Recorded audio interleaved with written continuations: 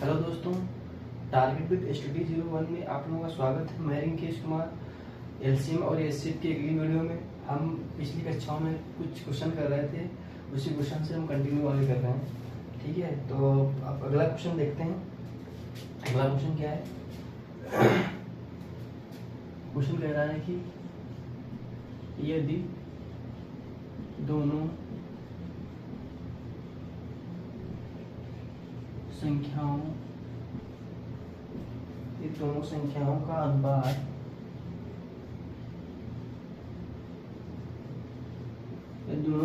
का अनुपात जो है वो 7:11। यदि महत्तम समापवर्तक 28 हो तो दोनों संख्याओं का योग ज्ञात कीजिए। दोनों संख्याओं का योग ज्ञात करें। ये क्वेश्चन कह रहा है। ठीक है, दो संख्याओं का अनुपात में दे रखा है। ठीक है, ये दो संख्याएं हैं। यदि वो कह रहा है कि यदि इनका मासा 28 हो तो दोनों संख्याओं का योग ज्ञात कीजिए। आपको पता है कि एलसीएम बराबर क्या होता है? एचसीएफ इंटू पहली संख्या इंटू दूसरी संख्या यानी वाई, पहला अनुपात दूसरा अनुपात। तो एचसीएफ कितना है? 28। संख्या कौन सी है? 7x into 11y। ये संख्याएं हो जाएंगी। अब आपको पता है कि यहाँ पे x के मान 7 है और y का मान कितना है? 11 है। तो ये x और y कट जाएंगे। तो अब आप एक बात बताया, हमने आपको पिछले क्लास में यही बता रखा है कि जब एचसीएफ को x के साथ गुणा करते हैं तो पहली संख्या आती है, और एचसीएफ को जब हम y के साथ गुणा करते हैं तो दूसरी संख्या आती है। तो 7 और 56 के 6 हाथ से आए 5, 7 दूनी 14, 14 और 5 19, 196 आ गया। ये तो हो गई पहली संख्या। ठीक है, अब यहाँ पे देखिए 11 है। 11 को हम 8 से गुणा करेंगे तो कितना आ जाएगा? 88। असली कितना है? 8। 11 दूना 22, 22 और 8 30। तो ये हो जाएगी दूसरी संख्या 308। अब आप बताएं, उसने पूछा क्या है? संख्याओं का योग पूछा है। तो और 8 6 14, 9 और 1 10, 3 और 1 4, 3 और 1 4, 4 और 1 5। यानी कि पहली संख्या प्लस दूसरी संख्या का जो योग होगा वो कितना होगा? 504 होगा। ठीक है, यहाँ तक समझ में आ गया? ये क्वेश्चन है और ये इसका सॉल्व करने का तरीका है। ये क्वेश्चन इस तरीके से होगा। ठीक है, एक दो और क्वेश्चन करते हैं इसमें। मैंने हर टाइप के क्वेश्चन नंबर सिस्टम में ले लिए थे। हर तरीके के क्वेश्चन, जो क्वेश्चन पूछे गए हैं वही क्वेश्चन करवा रहा हूँ। कोई भी क्वेश्चन अपने मन से नहीं बनाया है। सारे क्वेश्चन एसएससी और रेलवे के पूछे गए क्वेश्चन है, और एनडीए के क्वेश्चन भी इसमें है। ठीक है, तो आप लोग बिल्कुल भी परेशान ना हो। अगला क्वेश्चन क्या कह रहा है कि यदि दोनों संख्याओं का अनुपात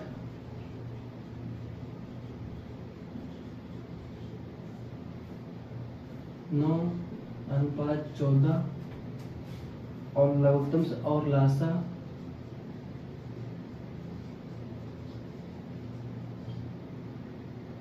1008 है तो संख्याएं क्या होंगी?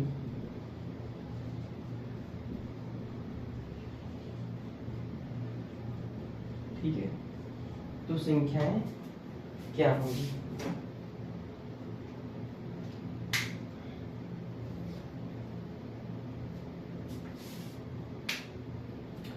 ठीक है, क्या कह रखा है उसने? ये दोनों संख्याओं का अनुपात 9:14 यानी 9:14 है, और लघुत्तम समावेशन लासा 108 1008 है।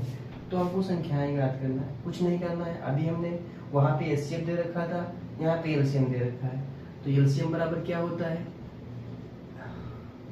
HCF into x into y, ठीक है। और ये एक्स वाई हम आपको ये कैसे आते हैं हम आपको वापस बता देते हैं।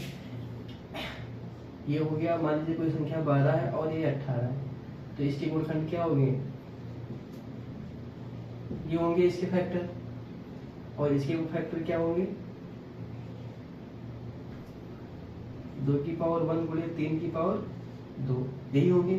तो अगर आपसे इसमें कोई पूछता है कि एलसीएम क्या होगा और एचसीएफ क्या होगा, तो इसमें आप एलसीएम एचसीएफ क्या बताएंगे। अगर एलसीएम पूछता है तो एलसीएम जो कॉमन मिले वो भी लिखते हैं, जो कॉमन नहीं मिलता है वो भी लिखते हैं, ठीक है। तो यहाँ पे देखिए 3 की पावर 2 है और 3 की पावर 1 है, तो क्या हो जाएगा 3 की पावर 2। और ये देखिए 3 की पावर 2 है और 2 की पावर 1 है, तो यानी कि सबसे बड़ी कॉमन फैक्टर कौन सा है, 2 की पावर 2, यानी 2 की पावर 2। तो ये कितना मान हो जाएगा, 3 3 9, या इसको ऐसे ही रखते हैं, ठीक है। अगर आपसे एचसीएफ पूछा है तो क्या होगा, तो अब आप देखें यहाँ पे एलसीएम और एचसीएफ।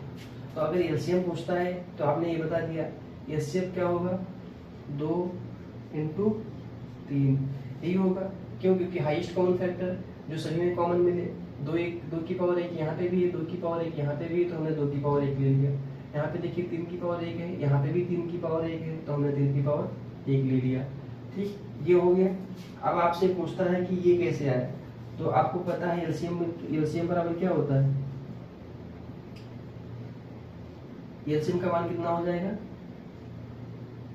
3 3 9 और 2 दूनी 4, तो कितना हो जाएगा 36 हो जाएगा, ठीक है। तो ये हो गया एलसीएम यानी कि 36। अब आप यहाँ पे देखिए ये एचसीएफ है, तो एचसीएफ कितना है, 3 दूनी 6। अब यहाँ पे कम कितना है, 36 है, यहाँ पे हमको 36 करना है। क्यों, क्योंकि इधर की से ये राइट हैंड बराबर लेफ्ट हैंड, तो लेफ्ट हैंड और राइट हैंड यानी कि 36 यहाँ पे है, तो यहाँ पे 6 है, तो हमको यहाँ पे 6 की कमी है। और 6 की हम अपने मन से नहीं कर रहे हैं, कोई अपने तरफ से नहीं लगा रहे हैं। यहाँ पे आप यहाँ पे देखेंगे, यहाँ पे भी 3 की पावर 2 है और 2 की पावर 2 है। तो हमने यहाँ से एक पावर ये ले ली, एक पावर ये ले ली, तो हमें हमारे पास क्या बची, 2 की पावर 1 यहाँ पर बची, 3 की पावर 1 यहाँ पे बची।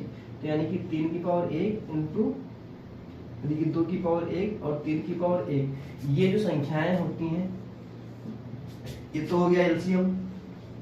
और ये एचसीएफ का मान हो गया। ये क्या है, यही तो एक्स और वाई है, यही वो एक्स और वाई है। ये जो एक्स और वाई है, जब हम एक्स और वाई को एचसीएफ से गुणा करेंगे तो वो हमको संख्याएं प्राप्त होंगी, किसके साथ, एचसीएफ के साथ, तभी हमारा एलसीएम बराबर होगा।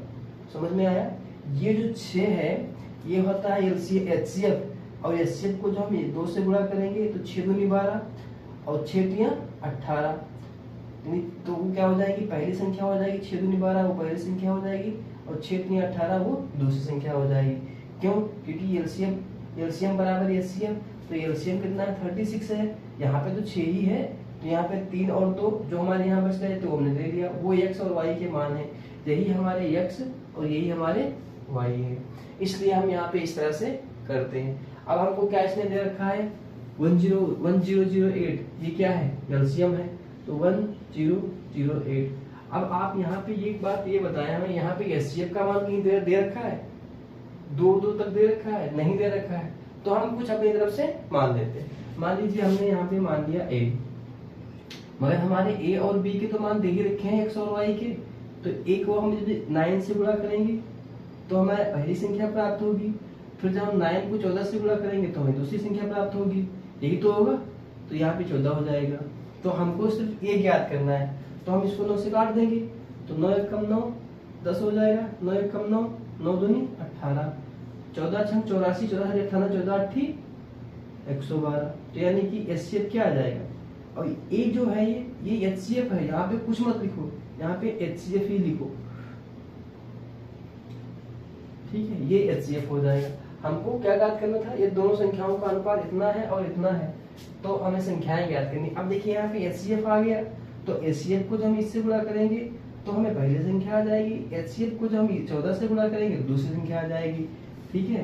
तो यानी कि एचसीएफ इंटू 9, तो ये फर्स्ट संख्या आ जाएगी यार, एलसीएम बराबर एचसीएफ इंटू 9, इंटू 14।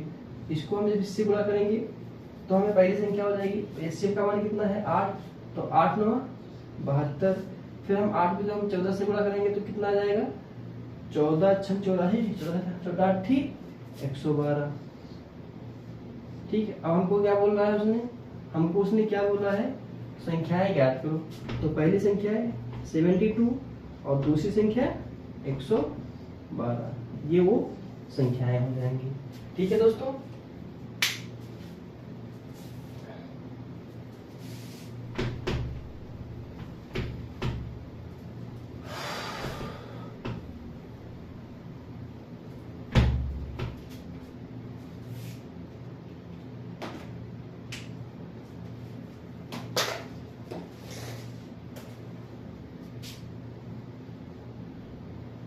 अगला क्वेश्चन देखिए।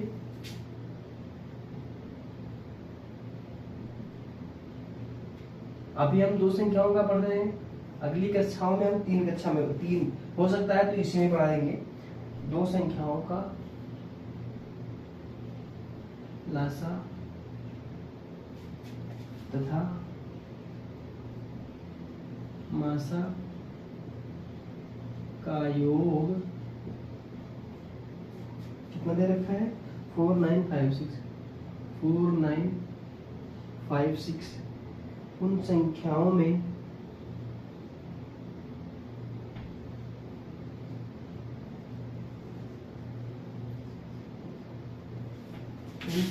में 11:16 के अनुपात में का अनुपात है, तो उन संख्याओं का लासा और मासा का अंतर ज्ञात कीजिए। तो उन संख्याओं के लासा तथा मासा का अंतर क्या होगा। ठीक करते हैं, क्या होगा, ये क्वेश्चन कह रहा है।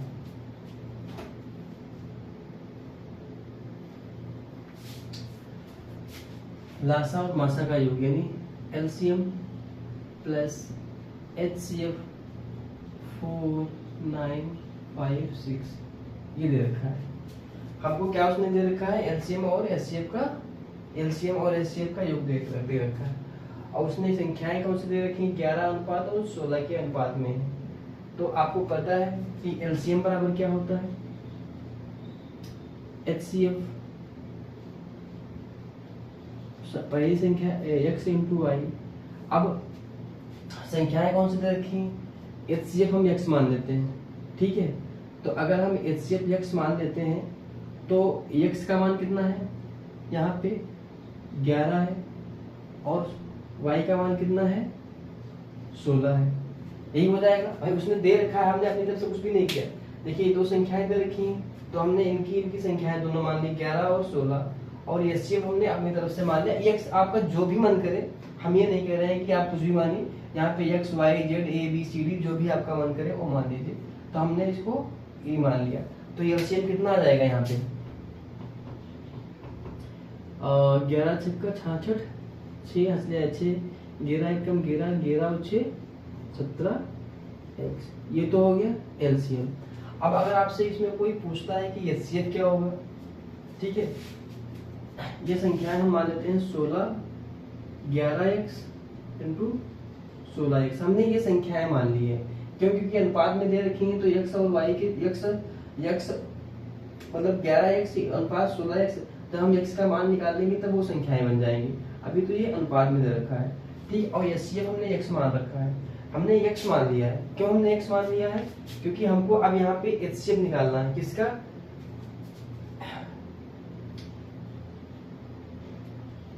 हमको निकालना है x कामा 11x कामा 16x का, ठीक है।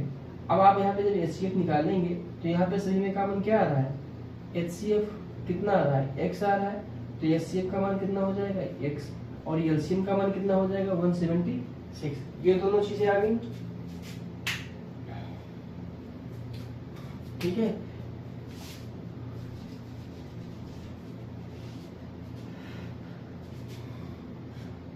एलसीएम बराबर क्या होता है, x यानी HCF इंटू 11 यानी x इंटू y। अब यहाँ पे दे कितना रखा है HCF, HCF दे नहीं रखा है, हम x मान लेते हैं। और यहाँ पे देखिए इनका संख्याओं का जो अनुपात है वो कितना है, 11 है, और ये कितना है, 16 है।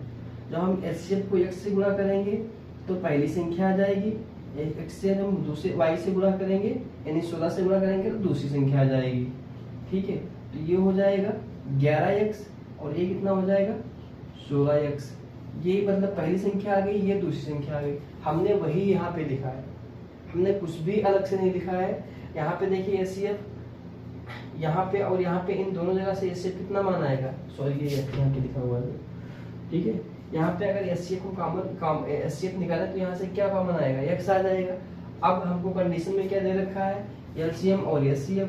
LCM का मान कितना है 176x और HCF का मान कितना है x, ये कितना हो जाएगा 4956। ये कितना हो जाएगा 177x, ये कितना हो जाएगा 4956।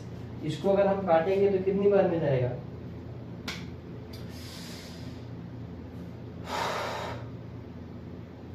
अगर हम यहाँ पे यहाँ भाग कर लेते हैं, 177 को भाग करते हैं 4956,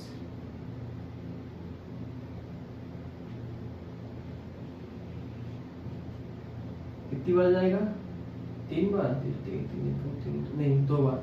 2 से 14 के 4, 2 से 14 15, 2 एकम 2 और 1 3, 5 में से 4 गया 1, 9 में से 5 गया 9 में से 5 गया 4, 4 में से 3 गया 1।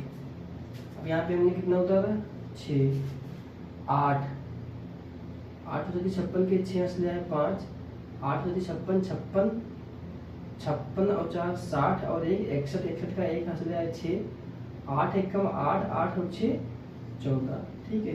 तो यहाँ पे 28 आ गया, यानी कि x का मान कितना आ गया 28 आ गया। अगर ये x का मान आ गया, हमको देखिए संख्या लासा और मासा का अंतर ज्ञात करना है, और हमने लासा भी निकाल रखा है और मासा भी निकालना है। हमको पहली संख्या दूसरी संख्या से कोई मतलब है ही नहीं, पहली संख्या और दूसरी संख्या से कोई मतलब नहीं है। तो एलसीएम कितना है 176x और इस अंतर ज्ञात करना है ना,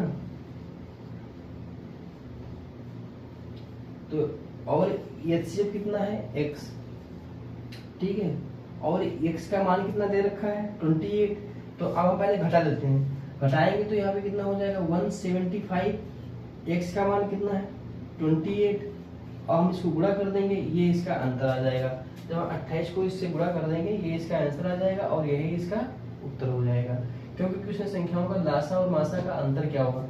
एलसीएम हमारा इतना है, एचसीएफ हमारा ये है, एलसीएम 176x है, एचसीएफ x है।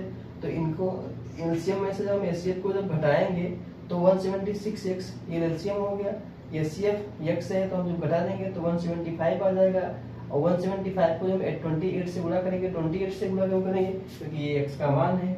x का मान जब हमें आधा पता चलेगा तभी तो हम एलसीएम और एचसीएफ निकाल पाएंगे, क्योंकि हमको x जमीन में इसमें भी दे रखा है और इसमें भी x का मान दे रखा है, तो हम x का मान यहाँ पे रख देंगे, फिर उसके बाद जब गुणा करेंगे तो ये आंसर आ जाएगा। तो अगर 175 × 28 को जब हम गुणा करेंगे तो कितना आ जाएगा 175 28, 8 पंजे 40 हंस लिया 4, 8 56 56 4 60, 60 का 0 हंस लिया 6, 8 1 8 8 6 14, 2 पंचे 10, 2 से 14 1 15, 2 1 2 और 1 3, 0 0 5 4 9 3 और 1 4 4900, यानी कि अंतर कितना आ जाएगा 4900। ये इसका आंसर है, एलसीएम माइनस एचसीएफ। ठीक है दोस्तों, आप लोग नोट कर लें। हर टाइप के सवाल कराएंगे दोस्तों, हर टाइप के, जितने भी एनडीए सीडीएस, एनडीए में तो नहीं लेकिन सीडीएस हो गया, रेलवे हो गया, बैंक हो गया, जो आज तक पूछे गए हैं सारे क्वेश्चन।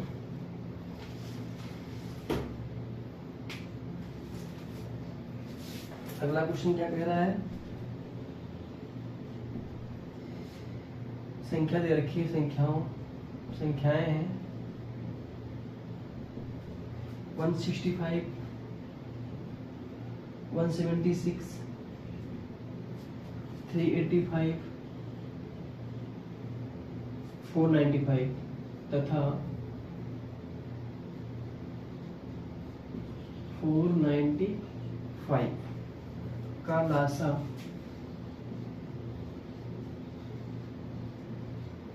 के हो तथा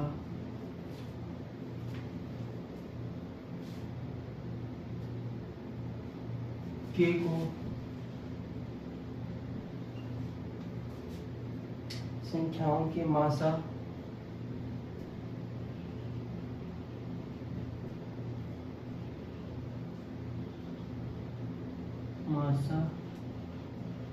से विभाजित किया जाता है।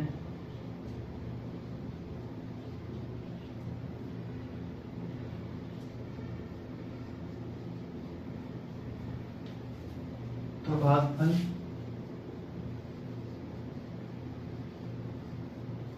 P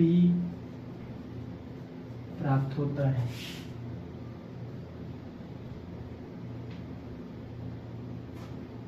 P का मान ज्ञात करना है।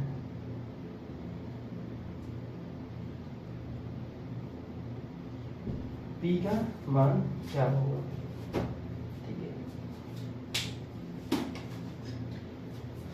संख्याएं रखी हैं 165, 176, 385, 495 का लासा के है, मतलब इन संख्याओं का जो लासा है वो एक कोई के संख्या नाम की है, वो उनका लासा है, तथा के को संख्याओं की मतलब इन्हीं संख्याओं का मासा से जब विभाजित किया जाता है, मतलब मासा से हम भाग देंगे तो भागफल क्या आता है, P प्राप्त होता है। मतलब हमको P का मान ज्ञात करना है कि P का मान क्या होगा। बहुत सीधी सवाल है। हम इनका पहले एलसीएम ले लेंगे, फिर हम उनका क्या करेंगे, एचसीएफ ले लेंगे, फिर एचसीएफ को जब हम एलसीएम से भाग कर देंगे तो वो हमारी P का मान आ जाएगा, वही हमारा P का मान होगा। कैसे, देखिए 165, 176, 385, 495 ये संख्या है।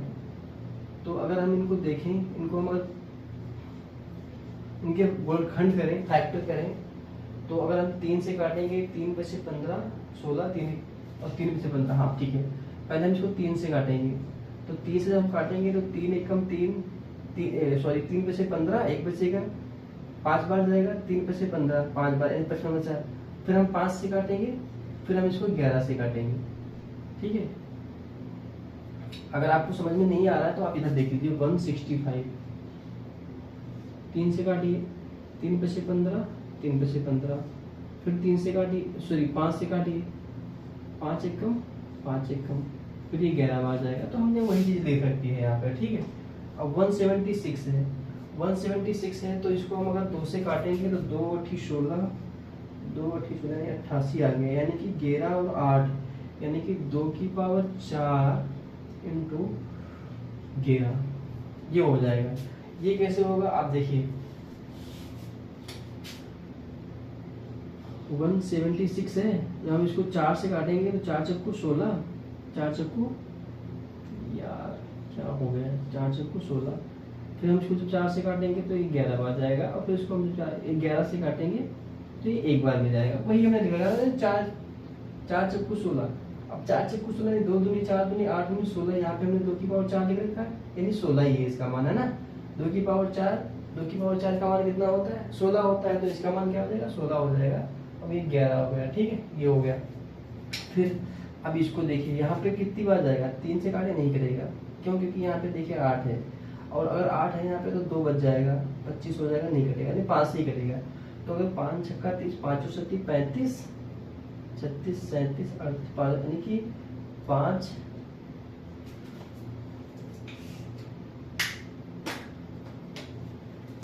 ये 5 बार जाएगा, फिर उसके बाद 7 बार जाएगा इंटू 11 बार जाएगा। कैसे जाएगा? 5 से काटेंगे तो 5 35, 36, 37, 38 3 बचेगा, फिर 5 35, तो ये 77 बचेगा। और 77 बचेगा तो 7 इंटू 11 यानी 7 इंटू 11 यानी 77 हो जाएगा। फिर उसके बाद यहाँ पे 3 से काटेंगे तो 3 एकम 3, 3 छक 18, हाँ 3 से कट जाएगा, 3 एकम 3, 1 4, 3 छक 18, 3 छक 18 और 3 बचे 15। अब देखिए 165 यहाँ पे है, 165 यहाँ पे है, तो ये उसके खंड होंगी वही इसके। तो यहाँ पे 3 की पावर 2 गुणे 5 की पावर 1 गुणे 11 इसके गुणखंड ये होंगे। ठीक है, अब हम सबसे पहले यहाँ पे क्या करेंगे, उसने क्या बोला है, उसने कहा है कि एलसीएम पहले निकालो, तो एलसीएम को के का मान हो जाएगा। यहाँ पे अगर एलसीएम निकालेंगे तो एलसीएम बराबर क्या हो जाएगा, जो हमें सब में कॉमन मिल रहा है। यहाँ पे अगर आप देखेंगे सबसे ज्यादा कॉमन क्या है 3 में, यहाँ पे 3 की पावर 2 है तो 3 की पावर 2। यहाँ पे गुणा मत करना, ठीक है, गुणा मत करना, क्योंकि गुणा कर देंगे तो बहुत लॉन्ग हो जाएगा। अभी हम आपको बताते हैं, पहले इसको कर लेते हैं। 3 की पावर 2 है, यहाँ पे 3 की पावर 1 है, सबसे बड़ी पावर तो कौन सी है 2, तो हमने 3 की पावर 2 लिख दिया, यानी कि ये हो गया और ये हो गया। फिर अब 5 बचा, नहीं सॉरी 2 बचा, अब 2 की पावर 4, 2 की पावर 4 यहाँ पे है और तो कहीं है नहीं, तो 2 की पावर 4 ले लिया, ये भी हो गया। फिर उसके बाद 5 बचा, 5 की पावर 1, 5 की पावर 1, 5 पावर 1, यानी कि 5 की पावर 1, ठीक है। फिर यहाँ पे 7 बचेगा, फिर उसके बाद 11 यहाँ पे भी, 11 यहाँ पे भी, 11 यहाँ पे भी, 11 यहाँ पे, 7 यहाँ पे, तो हमने लिख दिया। आपको पता है एलसीएम बराबर क्या होता है, जो कॉमन मिले वो और जो कॉमन ना मिले उसको भी लिखते हैं, ठीक है। ये एलसीएम है, लेकिन जो ये एलसीएम है वो उसको क्या बोला गया है के, तो यहाँ पे हम एलसीएम की जगह पे क्या लिख देंगे, ये के का मान है, ठीक। अब इसी में उसने क्या बोला है कि के संख्याओं का जो मासा है, इनका मासा, इन संख्याओं का जो है आप मासा अगर निकालेंगे तो मासा में आपको एक चीज मैंने बता रखी है, जो हाईएस्ट कॉमन फैक्टर होगा वही उसका मासा होगा। तो अगर आप यहाँ पे देखेंगे 3 यहाँ पे है, 3 यहाँ पे है, 3 को नहीं लेंगे ना, तो यहाँ पे है, उससे कोई फर्क नहीं पड़ता, हमको जो हर जगह कॉमन मिलेगी वही लेंगे। तो यानी कि 3 भी नहीं है, 5 यहाँ है, 5 यहाँ नहीं है, तो 5 को भी नहीं लेंगे। यहाँ पे 5 है, यहाँ 5 है, लेकिन यहाँ पे नहीं, तो हम इसको नहीं लेंगे। अब 7 को तो ले ही नहीं सकते हैं, ये बचा कितना 11, तो यानी कि 11 यहाँ पे भी, 11 यहाँ पे भी, 11 यहाँ पे, 11 यहाँ पे, तो ये एलसीएम बराबर है, इसको यहाँ पे ऐसे ब्रैकेट में एलसीएम लिख दो। और उसने एचसीएफ क्या हो जाएगा, यहाँ पे HCF 11 हो जाएगा, और एचसीएफ को उसने क्या बोला है P बोला है, तो P बराबर 11 हो जाएगा। अब P के को संख्याओं का मासा से भाग किया जाता है तो भागफल P प्राप्त होता है, सॉरी P तो शेषफल आ जाएगा। अब यहाँ पे देखिए उसने क्या बोला है, के को जो हम HCF का मान कितना है 11, तो अगर हम 11 से गुणा कर देंगे 11 से ये भी कट जाएगा, क्या बचेगा, ये मान बचेगा, तो ये उसका P का मान हो जाएगा। अगर इसको हम गुणा करेंगे तो बहुत 16 पंचे 80, ये हो जाएगा 80, ये हो जाएगा 7 56, ये हो जाएगा 9 9 0 0, 7 54 के 4 चले 5, 9 बचे 45 और 5 50, ये इसका P का मान हो जाएगा और यही इसका आंसर हो जाएगा। ठीक है दोस्तों, अब हम ले लेते हैं 3 संख्याओं को।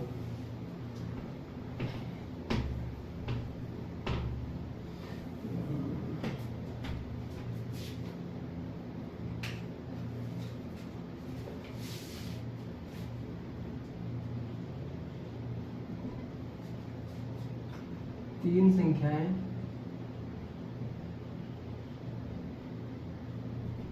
कौन कौन सी, 3:8:15 के अनुपात में है। ये सब क्या है, अनुपात में है।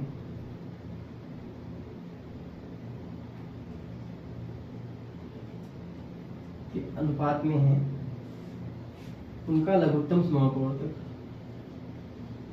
उनका लघुत्तम समापवर्तक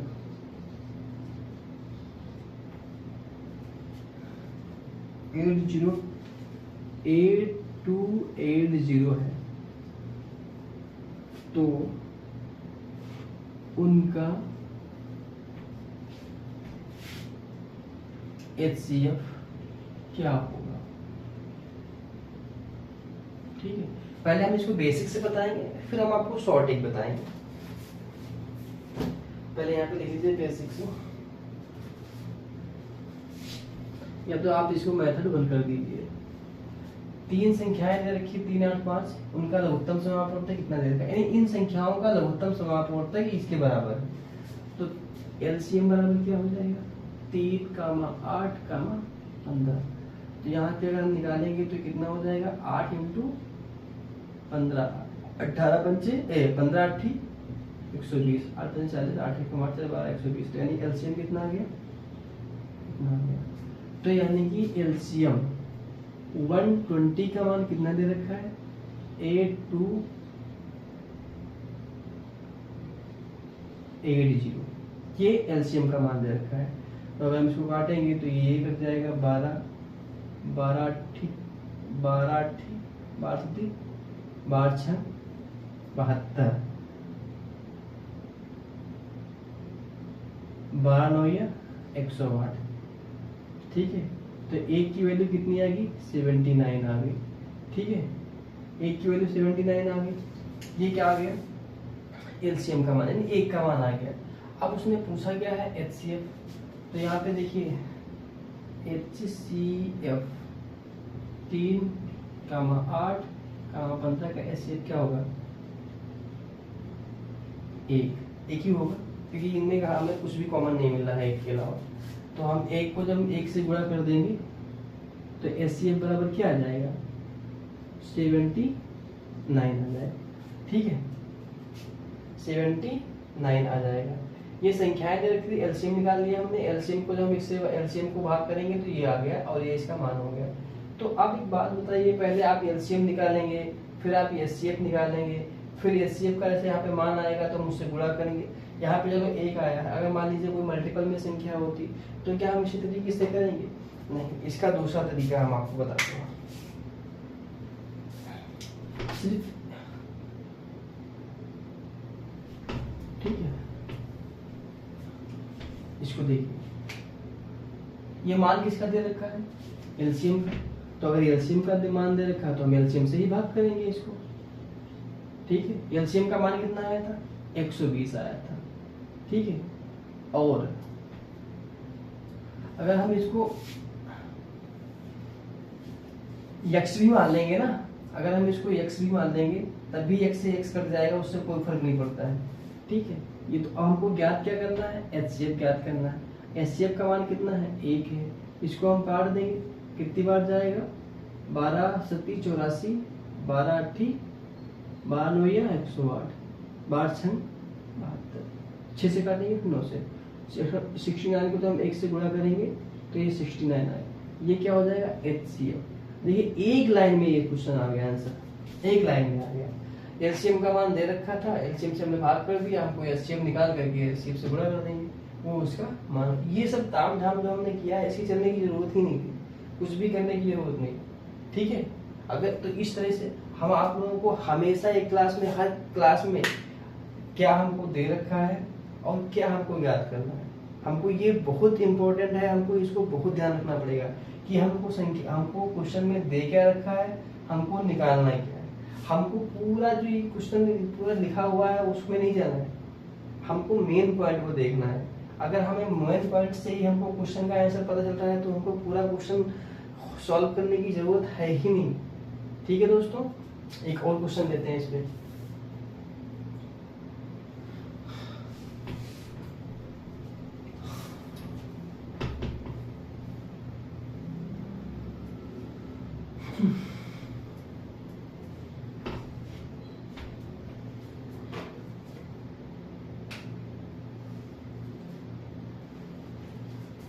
एक क्वेश्चन है, बहुत इंपॉर्टेंट है और ये लास्ट क्वेश्चन है आज का। ठीक है,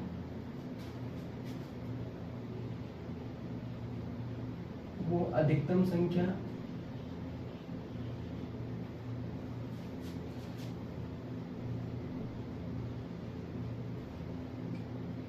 ज्ञात करें। इससे आपके सारे कॉन्सेप्ट क्लियर हो जाएंगे, पिछले के भी और अभी के भी। अगर आप लोगों ने हमारी वीडियो पिछली वाली देख रखी है तो सही से, जिसमें 5, 5, 6, 7, 6, 3, 3, 4, 9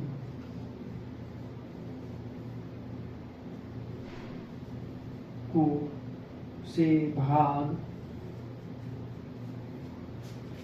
देने पर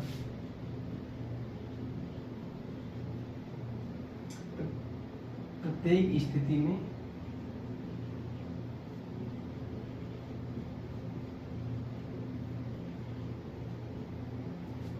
चार शेष बचता है।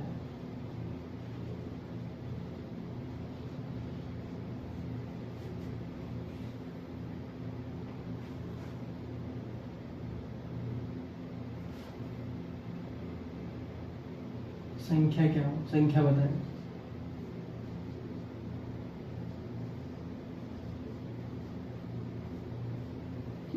ये चीज है,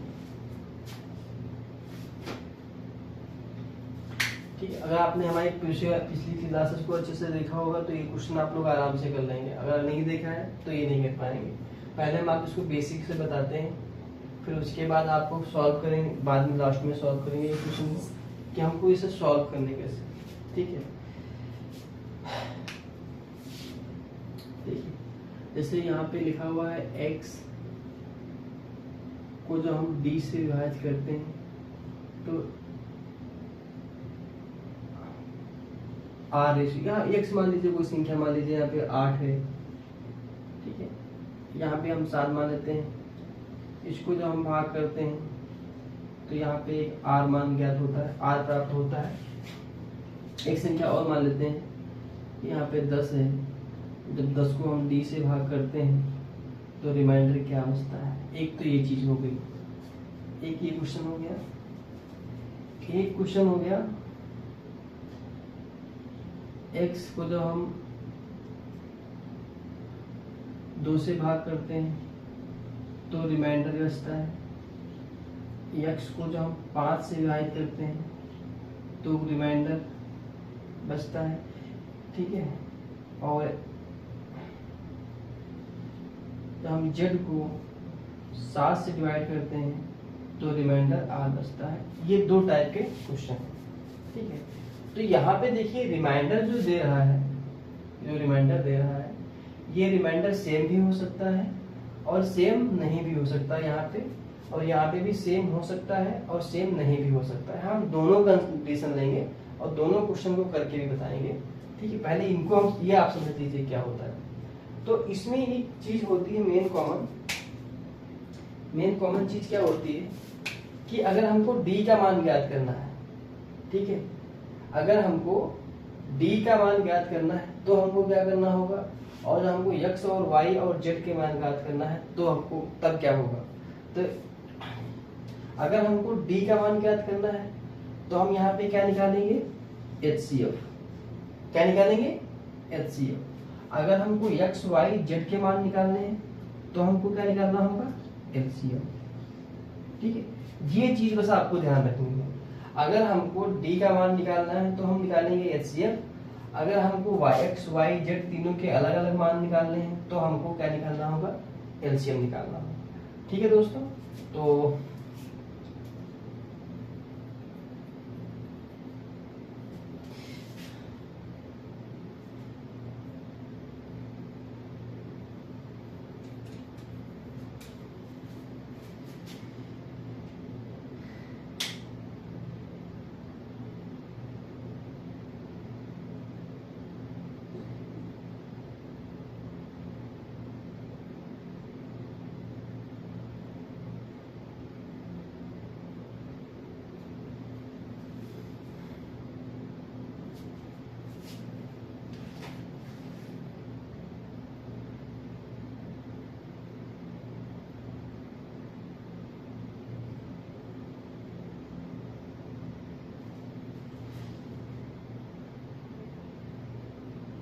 अब हम इस पे एक एग्जाम्पल ले लेते हैं, फिर एग्जाम्पल करके आपको बताते हैं फिर उसके बाद ये क्वेश्चन करेंगे।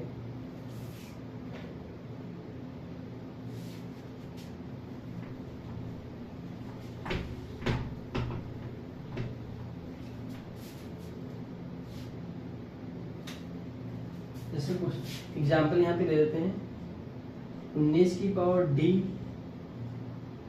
रिमाइंडर क्या बच रहा है, 1 बच रहा है। दूसरा क्या कह रहा है, 29,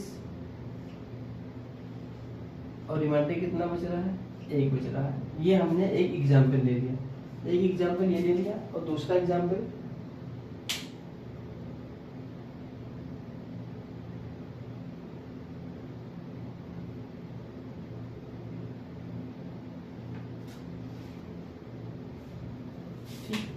तो अभी हमने जब आपको बताया था कि यहाँ पे अगर डी दे रखा है, तो अगर डी दे रखा है, सॉरी डी का मान नहीं दे रखा है, तो हमको क्या निकालना होगा, HCF। तो यहाँ पे 19 और 29, ठीक, ये संख्या है। तो यहाँ पे आप देखेंगे 9 में से 9 गया 0, 2 में से 1 गया 1 बचा, ये आ गया 10। और HCF निकालने का आपको पता है क्या तरीका होता है, HCF निकालने का तरीका अभी हम आपको बताएंगे। क्वेश्चन जब हम करवाएंगे ना HCF पे, जब इस टाइप के, तो आपको समझ में आएगा। या तो ये संख्या होती है या इन संख्याओं का मल्टीपल होता है। तो ये संख्या कितनी आ गई, 10 आ गई, ठीक है। 10 एक संख्या ऐसी है जिनका HCF क्या निकल के आया, 10 आया। लेकिन आप यहाँ पे देखिए, यहाँ पे 19 है और यहाँ पे कितना है, 29 है, और हमने HCF दोनों का निकाल दिया 10। तो अगर हम 10 को, यानी डी, ये जो डी का मान आया है वो HCF से आता है। जब HCF से आता है तो HCF का मान 10 आया है। तो अब आप एक चीज बताएं, जब डी का मान 10 आया है, तो यानी कि जब हम 10 को 19 को भाग करेंगे तो रिमाइंडर 1 बचना चाहिए, ठीक है। यहाँ पे भी अगर हम 10 को 10 से भाग करें 29 को, तो रिमाइंडर 1 बचना चाहिए, हर जगह सेम बचना चाहिए। तो यहाँ पे आप देखें,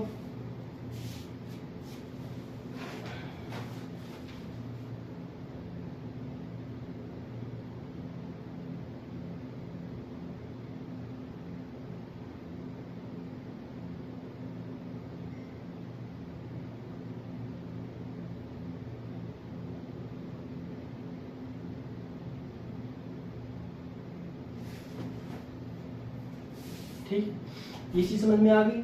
अब यहाँ पे देखिए रिमाइंडर 1 बच रहा है, तो 10, यहाँ पे डी का मान कितना रखेंगे,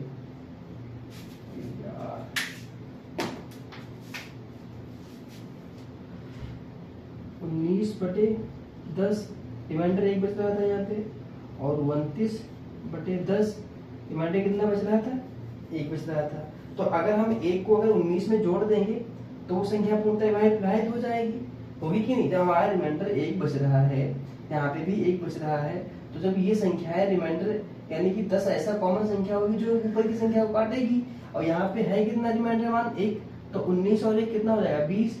20 को जब हम 10 से कटेंगे तो ये भी कट जाएगी, और जब हम इसको इसमें जोड़ेंगे तो 30 हो जाएगा। 30 को जब हम 10 से काटेंगे तो ये भी पूरी कट जाएगी। तो यहाँ पे इसका मान कितना आ जाएगा, 10 आ जाएगा। 10 वो संख्या ऐसी होगी जब हम इनको भाग करेंगे तो रिमाइंडर 1 बचेगा, यहाँ पे भी 1 बचेगा, ठीक है दोस्तों।